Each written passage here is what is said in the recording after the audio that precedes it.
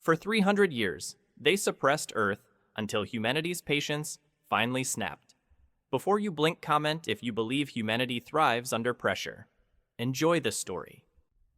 The Grand Assembly Hall of the Galactic Concordat stretched before us like a cathedral of stars, its crystalline walls reflecting the light of 1,000 distant suns.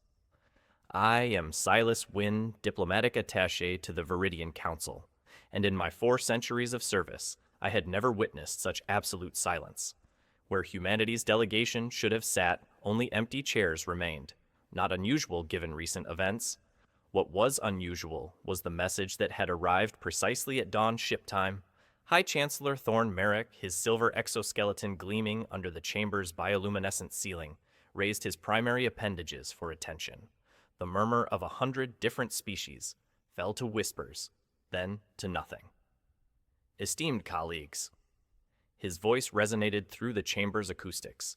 We have received correspondence from the human territories, a collective intake of breath, or its equivalent across our varied physiologies, filled the space.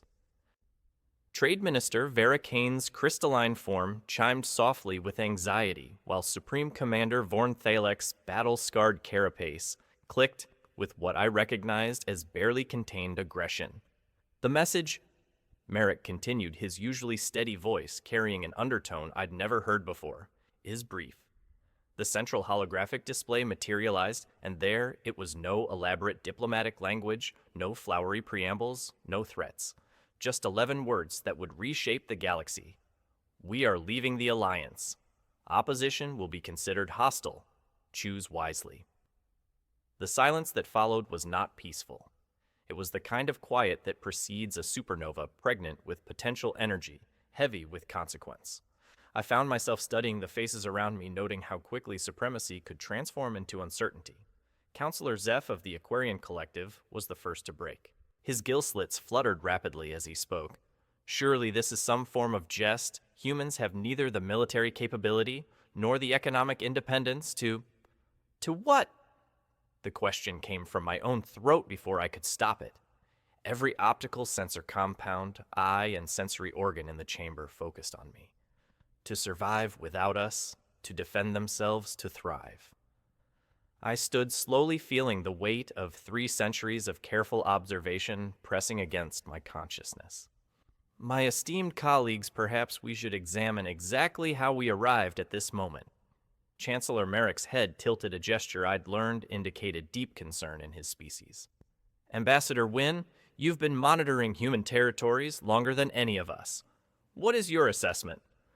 I pulled up my personal data files, centuries of reports, observations, and carefully cataloged anomalies. My assessment, Chancellor, is that we have systematically underestimated a species that has been preparing for this exact moment for the past 300 years. The chamber erupted into chaos. Shouts, clicks, harmonious wails, and electromagnetic pulses of disbelief filled the air. But I continued, my voice rising above the din. While we debated trade restrictions and expansion limitations, while we congratulated ourselves on maintaining galactic stability, humanity was learning. They were watching. They were remembering every slight, every prohibition, every condescending gesture. I paused, letting the weight of realization settle. And they were preparing. The laughter started with Counselor Bricks of the Titanium Worlds, a harsh metallic sound that echoed off the chamber walls. Soon others joined in. The crystalline chiming of the mineral-based species, the subsonic rumbles of the gas giants' representatives, even the polite chittering of the insectoid collectives. Humans. Trade Minister Vera Kane's form pulsed with amused light patterns.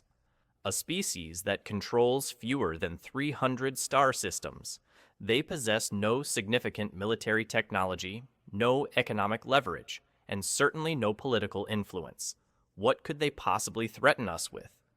I watched this display of arrogance with growing unease. 3 centuries of diplomatic service had taught me to read between the lines, to notice what wasn't being said as much as what was. And what wasn't being said about humanity was becoming increasingly significant. May I remind the Council, I interjected, of humanity's recent survival skills demonstrations during the Kepler crisis. When solar flares disrupted shipping lanes for 6 months, human colonies not only survived, but maintained full production schedules. How? The laughter died somewhat. Supreme Commander Vorn Thalic's mandibles clicked dismissively. Local resourcefulness, nothing more. Local resourcefulness that included synthesizing rare minerals from asteroids, developing atmospheric processors that worked without galactic support networks, and creating food production systems that operated at a 127% efficiency during the crisis. I pulled up the data files. Systems that, according to our technological assessments, shouldn't have existed. An uncomfortable silence settled over specific sections of the assembly. I noticed how the technical representatives, those actually responsible for monitoring human capabilities, were suddenly very interested in their datapads. Chancellor Merrick leaned forward. Ambassador Wynne, are you suggesting systematic deception? I'm stating it as fact. I activated the central display, showing shipping manifest energy consumption reports and production statistics spanning decades. Every year for the past 50 cycles, human territories have reported approximate figures for their capabilities, always slightly lower than their actual performance, always within acceptable margins of error, always perfectly designed to avoid triggering enhanced scrutiny. The patterns were clear once you knew what to look for. Energy consumption that increased by small increments, while reported production remained stable.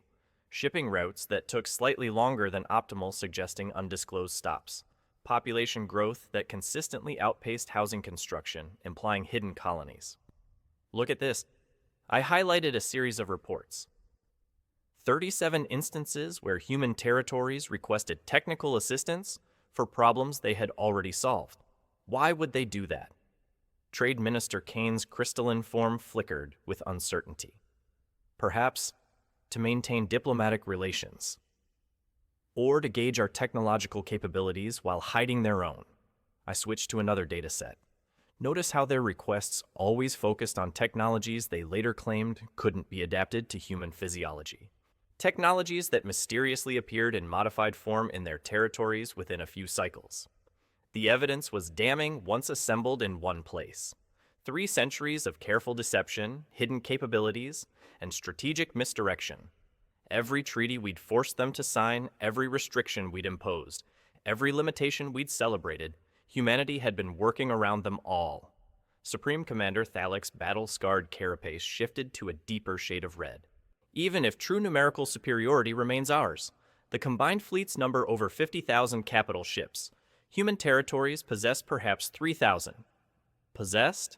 I corrected quietly. According to the most recent intelligence reports I've been able to access, we actually have no idea how many ships humanity currently operates. That got their attention. Chancellor Merrick's silvery head turned fully toward me, a gesture indicating extreme concern in his species. Explain. I pulled up the latest surveillance data from human space. 6 months ago, standard reconnaissance sweeps identified 2,847 human military vessels across their territories. 3 months ago, 2,851. Last month, 2,849. This week, I paused for effect. Complete sensor blackout across 14 star systems. No ships visible, no energy signatures, nothing. The implications hung in the air like a toxic cloud. An entire spacefaring civilization doesn't simply vanish, unless they want to. The alert came at 0347 Standard Galactic Time during what humans called their deep night. I was reviewing trade reports when my personal communicator began its emergency sequence, a pattern reserved for Class 1 galactic incidents. Supreme Commander Vorn Thalic's image materialized in my quarters, his usually controlled demeanor replaced by something approaching panic. Ambassador Wynne, we have a situation in the Montana sector. I pulled up the tactical displays immediately. What I saw defied comprehension.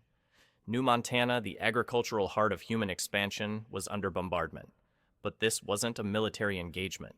This was systematic destruction. The Drachnid fleet. Thalic's mandibles clicked rapidly as he spoke. Moved on New Montana 1 hour ago. 47 capital ships.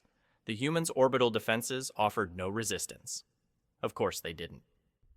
The Concordant Defense Protocols established 40 cycles ago after the border wars specifically prohibited active defensive systems in agricultural sectors. The reasoning had been sound at the time, preventing the militarization of food production worlds, to ensure continued supply during conflicts. Protocols that humanity had faithfully followed for decades, leaving their farming worlds effectively defenseless against the kind of overwhelming force now being applied. I watched in horror as the tactical display updated in real time, each data point representing unimaginable suffering. Drachnid plasma bombardments carved molten scars across continents, their energy weapons turning fertile soil into glass deserts. Kinetic impactors struck population centers with the force of small nuclear weapons, their precisely calculated trajectories designed to maximize infrastructure damage while creating spectacular visual effects for recording purposes. 7 million humans called New Montana home. Past tense, apparently. Thalek, I said, my voice steady despite the churning in my stomach as I watched entire cities disappear in flashes of light. What justification was given for this action? Resource security, he replied without emotion, though I noticed stress patterns in his bioluminescent displays. New Montana's grain production was destabilizing food prices across 17 systems. The commerce world submitted formal complaints about market manipulation and requested immediate intervention. Resource security, I repeated the words slowly, tasting their bitter flavor while watching agricultural domes facilities that had fed billions of beings across multiple species collapse under bombardment. So we've moved from trade restrictions and diplomatic pressure to direct military action. The decision was unanimous among the Security Council, Thalek confirmed. 47 votes in favor, 0 opposed, 3 abstentions. Unanimous. I pulled up the voting records noting which species had endorsed this slaughter with clinical efficiency. The commerce worlds, obviously they'd been losing market share to human agricultural efficiency for decades, their own farming operations unable to compete with humanity's innovative techniques. The titanium worlds worried about human mining operations expanding into asteroid belts they considered their territory despite no legal claims. Even the peaceful Aquarian Collective had voted in favor, swayed by arguments about ecosystem protection that would prevent human terraforming from interfering with naturally evolved biospheres. But what happened next would haunt me for the rest of my extremely long life, replaying in my memory during quiet moments when I thought I'd finally processed the horror of what we had allowed to occur. Thalek, I said, studying the tactical display more carefully while trying to ignore the civilian evacuation signals that were ending abruptly as escape craft were intercepted. What's the status of the human response? Their military protocols require immediate aid to any attacked colony. Standing orders call for fleet deployment within 6 hours of distress beacon activation. His mandibles stopped clicking. The silence stretched for nearly 10 seconds, an eternity in military communications during active operations. There has been no response. No response. I pulled up communications data tracking emergency broadcasts across the entire sector. Emergency beacons are active across 3 systems. Human military vessels should be converging on New Montana from every direction. Their patrol schedules show regular coverage throughout this region. Yes, he said quietly, his voice carrying undertones I'd never heard from a Drachnid officer, something that might have been doubt or possibly fear. They should be. I accessed deeper surveillance data tracking every human military vessel in known space with obsessive thoroughness. Fast attack craft designed for patrol duties, heavy cruisers built for system defense, even their few dreadnought-class ships that represented the pinnacle of human military engineering. All accounted for, all maintaining standard patrol patterns, all seemingly oblivious to the massacre occurring 2 systems away. For 17 hours, humanity followed concordant protocols with precision that bordered on the religious. 17 hours while their people died, while their children burned, while their agricultural infrastructure, the foundation of their economic independence, literally turned to ash and radioactive debris. They followed our laws right up to the minute they decided those laws no longer applied. The transition occurred at exactly 1800 hours, 18 hours after the first Drachnid shot was fired. Not gradually, not with warning, but with the kind of instantaneous change that suggested planning measured in decades rather than hours. Something fundamental shifted in the quantum frequencies that permeated local space, a subtle alteration in the basic physics of the region that our detection equipment registered as anomalous energy patterns without being able to provide more specific analysis. Then, between one sensor sweep and the next, every human military vessel in known space simply vanished. Not destroyed, our sensors would have detected the energy signatures of weapons fire or hull breaches. Not retreating through hyperspace, we monitored all the jump points and registered no transition events. They simply ceased to exist as far as our detection equipment could determine, as if someone had reached into reality and erased them with surgical precision. Thalic, I whispered, staring at empty space where moments before I'd tracked thousands of ships. Where did they go? His image flickered as emergency protocols activated across the command network, priority signals flooding communication channels as military commanders across the galaxy tried to understand what they were seeing. We don't know. Every human vessel just stopped being detectable. I began pulling up deeper scan data, looking for any trace of the missing fleet residual energy signatures, gravitational anomalies, quantum disturbances, anything that might indicate where several thousand warships had gone. The readings were unlike anything in our databases, energy patterns that suggested technology operating on principles. We hadn't discovered power consumption levels that should have been impossible to hide, spatial distortions that implied manipulation of fundamental forces. This technology, I said more to myself than to Thalic as I tried to process readings that challenged basic assumptions about physics. Quantum displacement on this scale would require energy sources we've classified as theoretically impossible. The power requirements alone would necessitate capturing and channeling the total output of multiple stars. Yes, he agreed grimly, his bioluminescent patches now showing deep purple patterns that indicated profound unease. It would.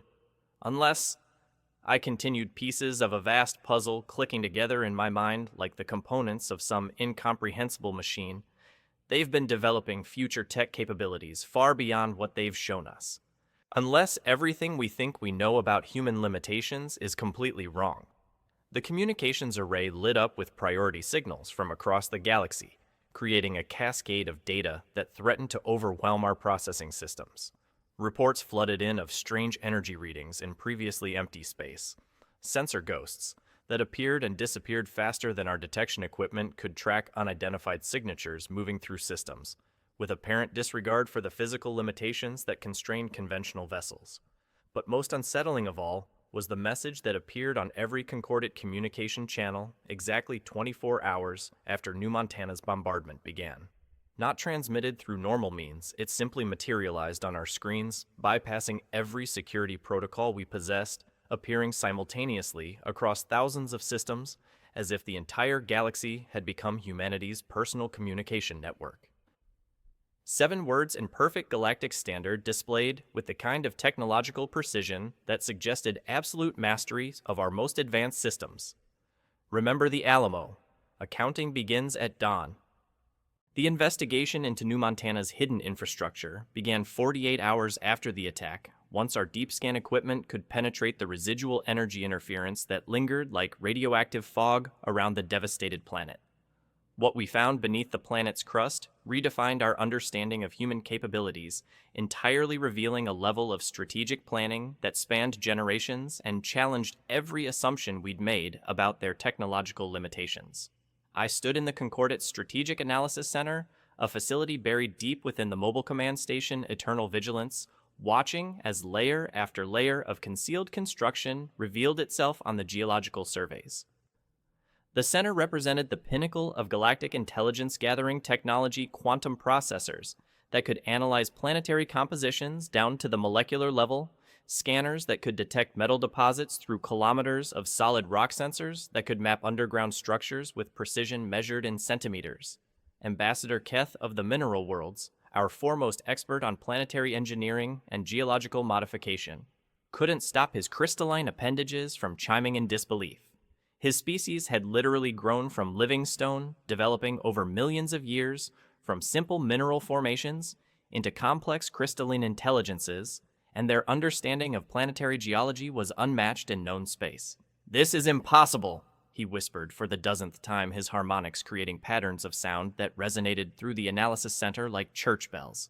The energy requirements alone, they would have needed to redirect 3 stellar collectors worth of power just to excavate at this depth. The heat disposal systems required for this level of construction would have been detectable from orbit. The holographic display showed a structure extending nearly 2 kilometers beneath New Montana's surface, not just a bunker or simple defensive installation, but a massive industrial complex that our sensors had completely missed for over 60 years of routine monitoring. The facility included manufacturing centers, residential areas, agricultural systems, power generation, and what appeared to be advanced research laboratories. It was essentially an entire hidden civilization constructed beneath our noses while we congratulated ourselves on maintaining surveillance over human activities. Look at these power conduits. I pointed to the schematics' energy distribution networks, tracing pathways that seemed to follow principles beyond conventional engineering. Fusion reactors, yes, but also something else. These energy patterns don't match any known technology in our databases. The quantum signatures suggest manipulation of fundamental forces in ways we've classified as purely theoretical. Supreme Commander Thalic's image appeared via priority link from the strike fleet still orbiting New Montana's remains, his mandibles displaying stress patterns that had grown progressively worse over the past 2 days. Ambassador Wynn, you need to see the latest intelligence. The structure? It's still active. Not just residual power, but full operational status. The tactical display shifted to real-time sensor data, revealing that deep beneath the devastated surface, massive machinery continued to operate with perfect efficiency. Manufacturing systems producing materials and equipment at industrial scales, communications arrays, maintaining contact with unknown locations, and what appeared to be launch facilities, all functioning, despite the planetary bombardment that had supposedly sterilized the surface. The scope of the deception was breathtaking. While we'd monitored surface activities and tracked visible infrastructure, humanity had been constructing an entirely parallel civilization underground. Every agricultural dome, every visible settlement, every obviously defensive installation had been camouflaged for something far more significant. How many people could a facility this size support? I asked Ambassador Keth, trying to comprehend the implications of what we were seeing. His form pulsed with confused harmonics as he calculated capacity based on atmospheric recycling systems, food production capabilities, and residential space allocation. Based on the atmospheric recycling capacity and food production systems, perhaps 50 million individuals for extended periods, possibly more if they've developed efficiency improvements beyond our current understanding. 50 million. New Montana's official population was 7 million, all supposedly killed in the Drachnid bombardment. But if this underground complex could support 50 million people, and if humanity had been planning for exactly this scenario for decades. Thalic? I said slowly, pieces of an enormous strategic puzzle clicking together in my mind. What's the current status of human vessels in the Montana sector? Still no contacts on any sensors. He replied, consulting additional reports that continued to arrive from confused military commanders. But we are detecting massive energy spikes from the planet's core region. It's as if something is charging up down their power levels that exceed the output of our largest fusion plants. I felt the implications settling over me like a heavy blanket. The evacuation. They didn't abandon New Montana, they withdrew to predetermined positions. The surface population, the visible infrastructure, even the orbital platforms. It was all designed to appear defenseless while concealing the real fortress beneath. The sophistication of the deception was staggering. Humanity had built a fortress beneath our noses, hidden it from our sensors for decades, and used it to stage one of the most sophisticated strategic manipulations in galactic history.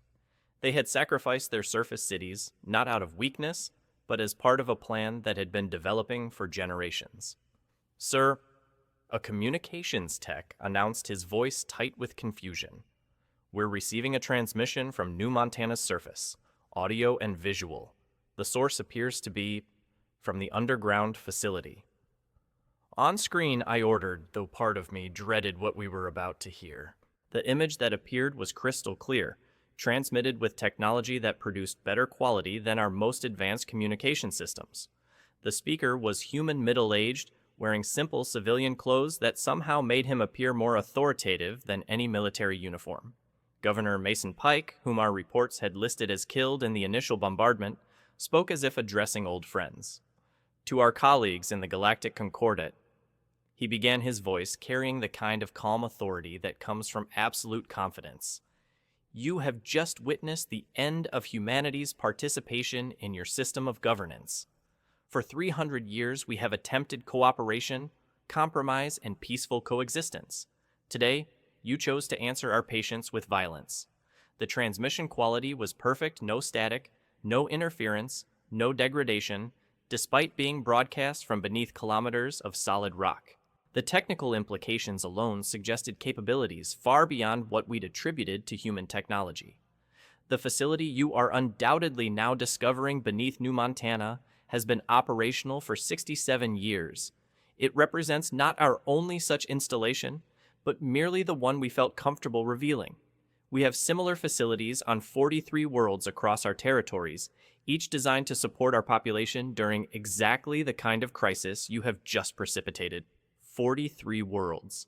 I pulled up star charts trying to identify which human colonies might house similar hidden complexes, realizing that our intelligence estimates had been not just wrong, but catastrophically inadequate. The tactical implications were overwhelming. Humanity could have been sheltering and equipping populations on a scale we'd never imagined, developing technologies and capabilities while maintaining the illusion of peaceful agricultural communities. But this is not a message of war. Pike continued, his expression remaining pleasantly neutral, despite discussing the destruction of his world's surface. It is a message of education. You will now observe how conflicts should be resolved when one side refuses to be constrained by artificial limitations. The transmission paused, and in that silence, every sensor array in the Montana sector registered the same impossible event.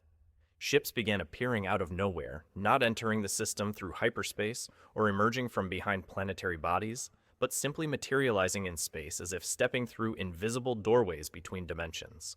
100 ships, then 1,000, then 10,000.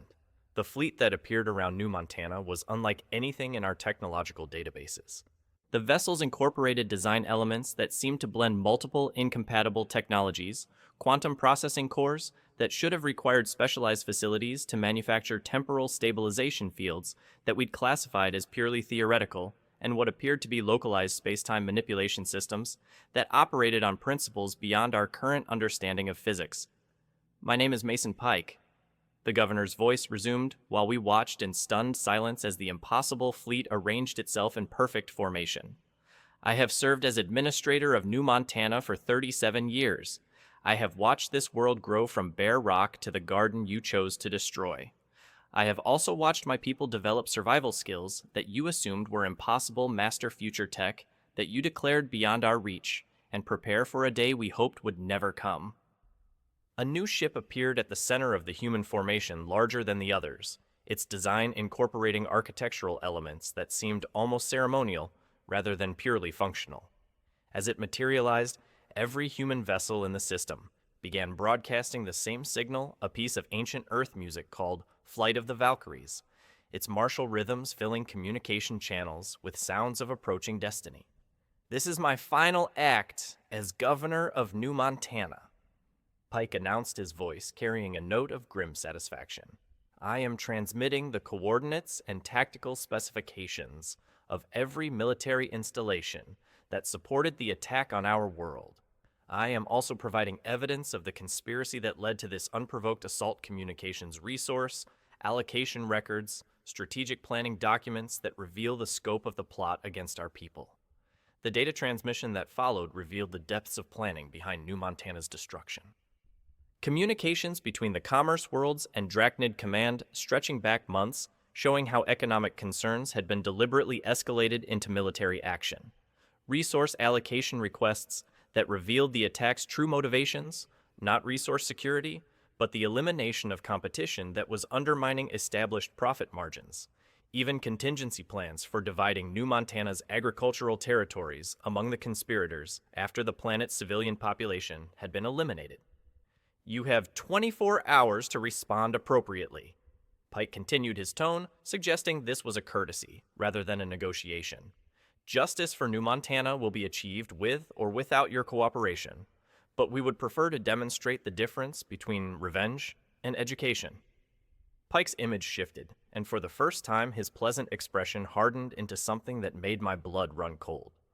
"Remember the Alamo," He said, invoking words that none of our xenological databases could explain. That was humanity's rallying cry when a small group of defenders chose to make a stand against overwhelming odds. They lost that battle, but their sacrifice inspired a war that ended with complete victory. Today, we honor their memory by ensuring that New Montana's sacrifice achieves the same result. The transmission ended, but the human fleet remained. 10,000 ships arranged in perfect formation, their weapons systems powered down, but their mere presence radiating potential energy, like a gathering storm. For the first time in 3 centuries, humanity had stopped asking for permission and started granting it instead. The first phase of humanity's response began with precision that bordered on the supernatural. Not random destruction or emotional retaliation, but surgical strikes executed with the kind of strategic brilliance that military academies across the galaxy would study for centuries. I witnessed it firsthand from the observation deck of the diplomatic vessel Harmony of Spheres, where I'd been assigned to monitor the developing crisis. What unfolded over the next 8 hours redefined our understanding of warfare itself. The Drachnid fleet that had bombarded New Montana was the first target. Supreme Commander Vorn Thalic's 47 capital ships hung in formation 3 light hours from New Montana, confident in their numerical superiority and defensive capabilities. They had good reason for confidence. Drachnid battle cruisers were among the most heavily armored vessels in known space, protected by quantum field generators that could deflect almost any conventional weapon. At precisely 0600 Galactic Standard Time, human vessels began appearing throughout the Drachnid formation. Not attacking initially, simply materializing between enemy ships like ghosts stepping into reality. "What are they doing?" Captain Vesh of my escort vessel asked, his compound eyes unable to process the tactical display. "They're outnumbered 4 to 1. I watched the human ships move through the Drachnid formation with fluid grace, their movements synchronized like dancers performing a complex choreography. Each vessel broadcast a clear signal identifying its target and the specific crime that justified the engagement. Drachnid vessel, Tooth of Glory. One transmission announced, "You participated in the unprovoked bombardment of civilian agricultural facilities. Your weapon systems will now be permanently disabled." What followed defied everything we knew about space combat. The human ship didn't fire conventional weapons. Instead, it produced some kind of localized field effect that simply turned off its target systems. Weapon shields, life support, even emergency power. Everything stopped functioning as if the ship had forgotten how to operate. This pattern repeated across the entire battlefield.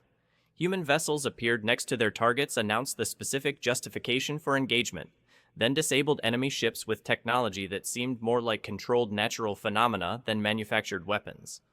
"How are they doing this?" Captain Vesh whispered. I studied the energy readings, trying to make sense of what our sensors were detecting. "They're not destroying the ships," I realized. "They're rewriting their operational parameters at a quantum level. Somehow they're convincing matter to behave differently." The entire Drachnid fleet was neutralized in 17 minutes. Not destroyed, not even significantly damaged, simply rendered inoperable. 47 capital ships now drifted in space like abandoned sculptures, their crews alive but completely helpless. But humanity wasn't finished. The second phase began immediately targeting the Commerce World installations that had requested New Montana's destruction. The attack on the Viridian Trade Nexus was a masterpiece of psychological warfare. Human ships appeared around the massive commercial station, a facility that processed trade for 300 systems and began broadcasting historical data. Citizens of the Commerce Worlds. The transmission began. "You are hereby informed that your government's policies have resulted in the starvation of 43 million human civilians over the past 60 cycles. The following evidence details these crimes and their perpetrators." What followed was a comprehensive presentation of suppressed information, trade restriction impacts, diverted food shipments, and documented decisions to prioritize profit over humanitarian concerns. The evidence was irrefutable, presented with the kind of thorough documentation that only centuries of careful record-keeping could provide.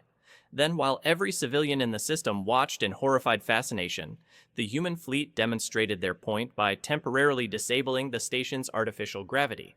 Not enough to cause injury, but sufficient to give 3 million residents a vivid reminder of their vulnerability. This is a demonstration, the human commander announced. "We could have chosen permanent solutions. Instead, we offer education. Your leaders chose to solve economic competition through violence. We choose to solve violence through revelation." The psychological impact was immediate and devastating.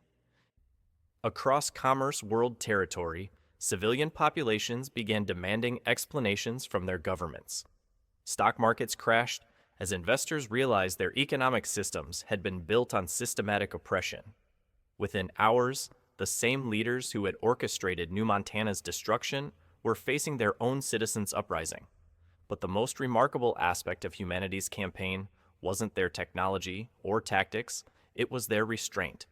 Every engagement included detailed explanations of their actions. Every target was carefully selected to maximize strategic impact while minimizing civilian casualties. Every strike was accompanied by evidence of specific crimes that justified their response. They were conducting a war, but they were also teaching a lesson. The third phase targeted the military infrastructure that had enabled the attack.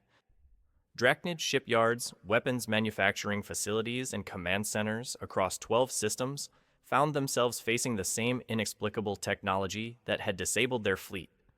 I watched from the diplomatic vessel as human ships appeared at the Omega shipyards, a massive complex responsible for producing 20% of the galaxy's military vessels.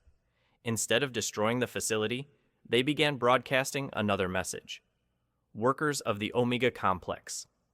The transmission announced, "You have been manufacturing weapons used to oppress developing species for the past 90 cycles. Today, your facility will be repurposed for constructive endeavors." The human ships surrounded the shipyards and began emitting energy fields that literally transformed the station's manufacturing systems. Weapons production lines became agricultural equipment fabricators. Warship assembly bays were reconfigured to produce medical supplies. The entire complex was converted from instruments of war to tools of growth in less than 4 hours. "They're not conquering," I realized speaking to Captain Vesh, but mostly to myself. "They're renovating the galaxy." The pattern continued across dozens of systems. Military installations became research centers. Weapon stockpiles were converted into raw materials for infrastructure projects. Even the most aggressive species began to recognize that humanity wasn't interested in domination. They were implementing a comprehensive restructuring of galactic civilization. The transformation of galactic perception occurred gradually then, all at once. For the first time in 3 centuries, species that had dismissed humanity as primitive found themselves forced to confront an uncomfortable truth: they had been studying the wrong lessons all along. I was present at the emergency session of the Galactic Council when Admiral Claire Maddox requested permission to address the assembly. The woman who entered the chamber bore little resemblance to the desperate diplomats who had pleaded for fair treatment decades earlier. This was someone who had learned to stop asking for permission and started granting it instead. She wore no armor, carried no weapons, and brought no honor guard. Her only visible symbol of rank was a simple medal pinned to her uniform, the New Montana Service Cross, indicating she had lost family in the attack. Yet every representative in that chamber understood they were in the presence of someone who could end their civilizations with a thought. "Honored delegates," Admiral Maddox began, her voice carrying the kind of quiet authority that comes from absolute confidence. "I stand before you not as a supplicant, but as an educator. Today, you will learn what humanity has been preparing to teach you for 300 years. Chancellor Thorne Merrick, his silver exoskeleton dulled with stress, leaned forward in his hover chair. "Admiral, we are prepared to discuss terms." "No," Maddox interrupted gently. "Discussion time ended when you chose violence over negotiation. Now you will listen while we explain what happens next." She activated the chamber's central display, showing tactical readings from across the galaxy. The scope of human capabilities revealed in a single comprehensive presentation left the assembled delegates in stunned silence. "For the past week, you have observed demonstrations of our defensive capabilities. Localized gravity manipulation, quantum field disruption, temporal displacement technology, what you call impossible future tech, we call standard defensive protocols." The display showed energy readings from human installations across hundreds of systems, power generation capabilities that exceeded our estimates by orders of magnitude, manufacturing complexes that could produce starships at rates that should have required entire star systems to support, population centers hidden so effectively that our most advanced sensors had never detected them.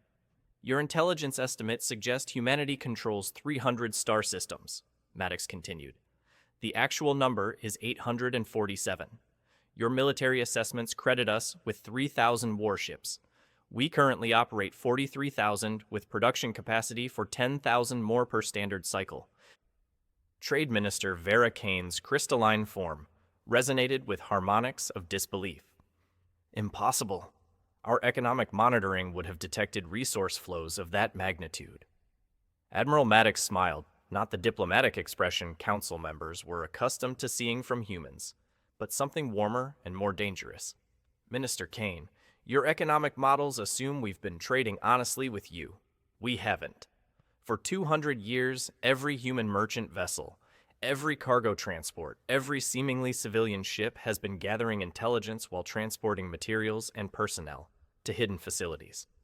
The implications struck the assembly like a physical blow. Hundreds of thousands of human vessels had passed through their space over the centuries, all apparently engaged in legitimate commerce, all actually supporting a massive covert infrastructure project. But the most important lesson, Maddox continued, concerns the nature of power itself. You see, you made a fundamental error in your understanding of human capabilities. You assumed that because we appeared weaker, we were weaker. You confused restraint with inability. She gestured to the tactical displays showing the precise measured nature of human military actions. Every time you restricted our trade, we developed new survival skills. Every time you limited our expansion, we learned to build more efficiently. Every time you censored our research, we invented entirely new approaches to the same problems. Supreme Commander Vorn Thalic's mandibles clicked rapidly, a sign of extreme agitation in his species. You're saying you deliberately appeared less capable than you actually were.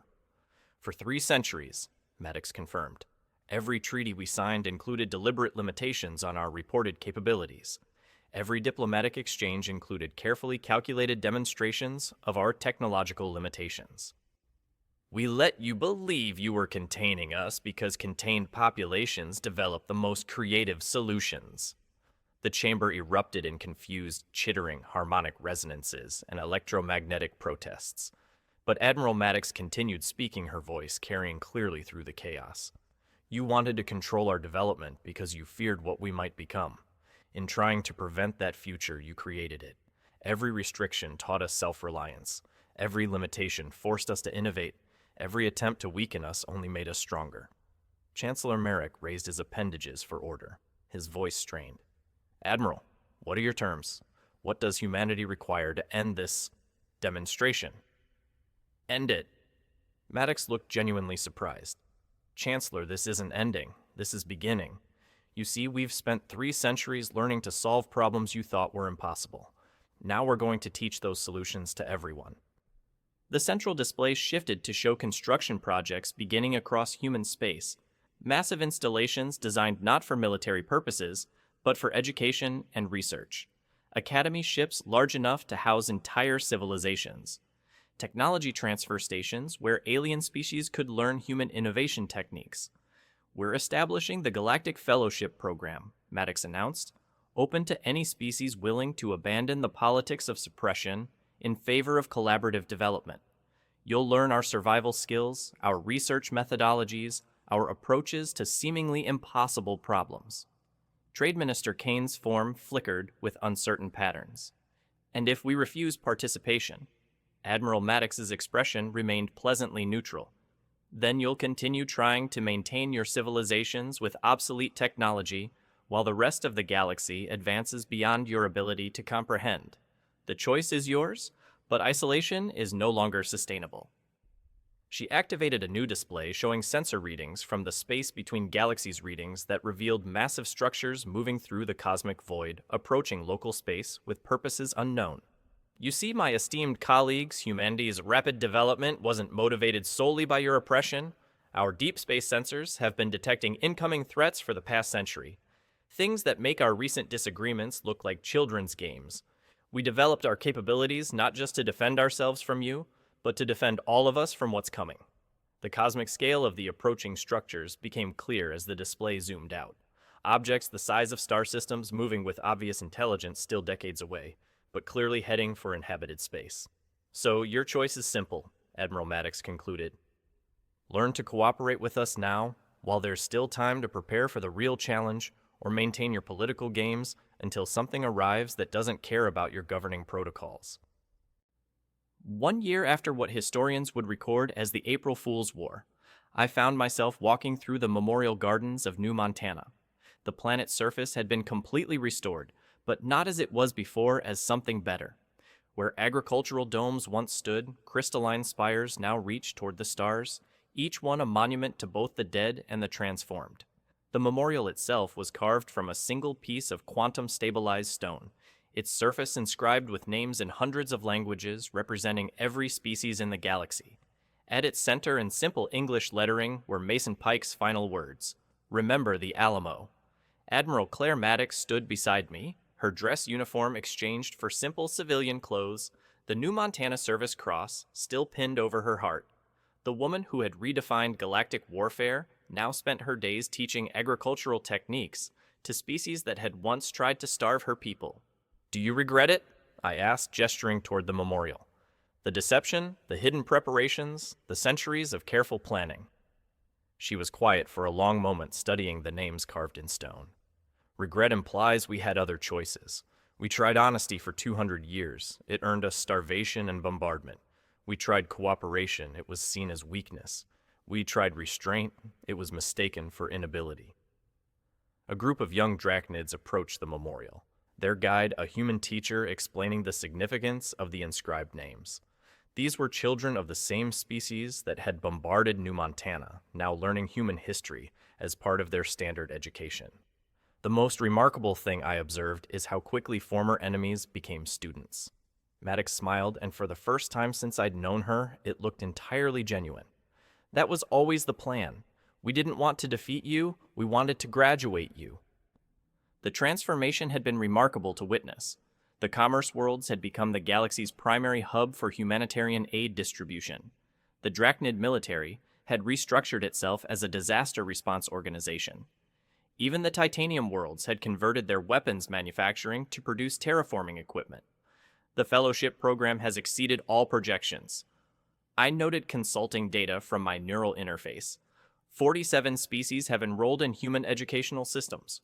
Cross-species research projects have solved problems that individual civilizations struggled with for millennia. "Because we finally stopped treating knowledge as property," Maddox replied. "The universe is vast enough for everyone to be experts at something."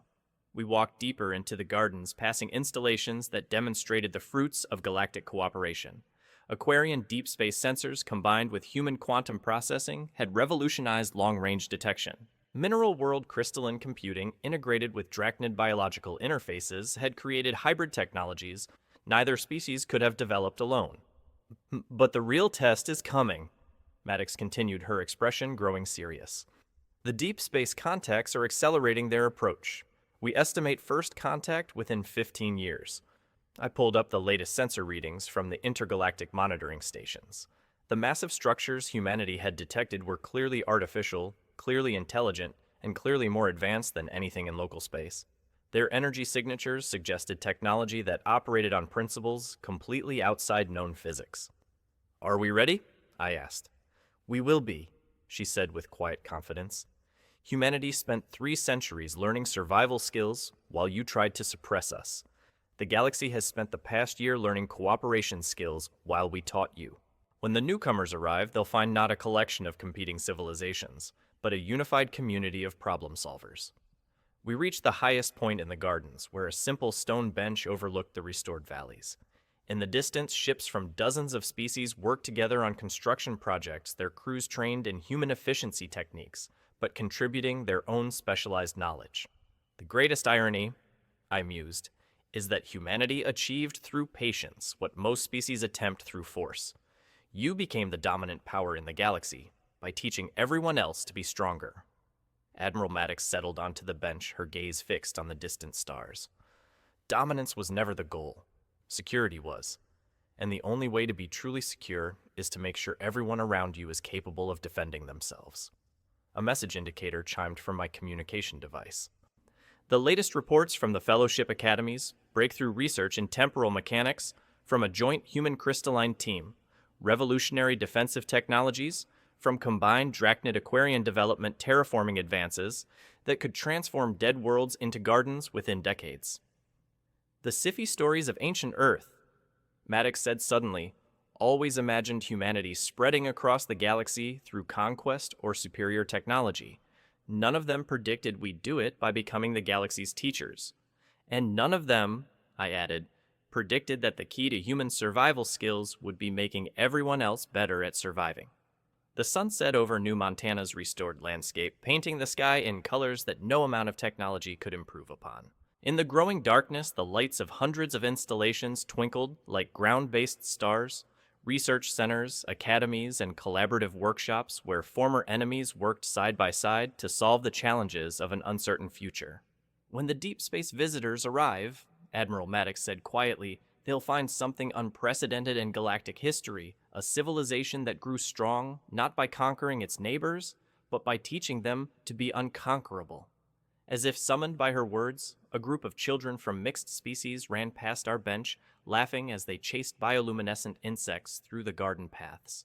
Human Drachnid Aquarian and crystalline young ones playing together as if ancient hatreds had never existed. That, I realized, is humanity's true future tech. Not the weapons or the ships or the impossible technologies, but the ability to turn enemies into family. Admiral Maddox stood to leave, but paused to touch the memorial stone one final time. Mason Pike's sacrifice wasn't just about justice for New Montana. It was about ensuring that no species would ever again have to choose between submission and survival. I remained in the gardens long after she left, watching the stars emerge in the deepening sky. Somewhere out there, unprecedented challenges were approaching. But for the first time in galactic history, they would be met not by competing civilizations, but by a unified community that had learned the most important lesson humanity had to teach. True strength comes not from what you can destroy, but from what you can help others build. This is the power of patience transformed into purpose of restraint, transformed into wisdom. If this story of quiet determination and ultimate triumph resonated with you, if you've ever felt underestimated or suppressed, then you understand that sometimes the greatest victory is teaching your enemies to become your allies. Like and subscribe for more stories that prove the mightiest weapon in the universe isn't technology, it's the unwavering belief that everyone can be better than they are.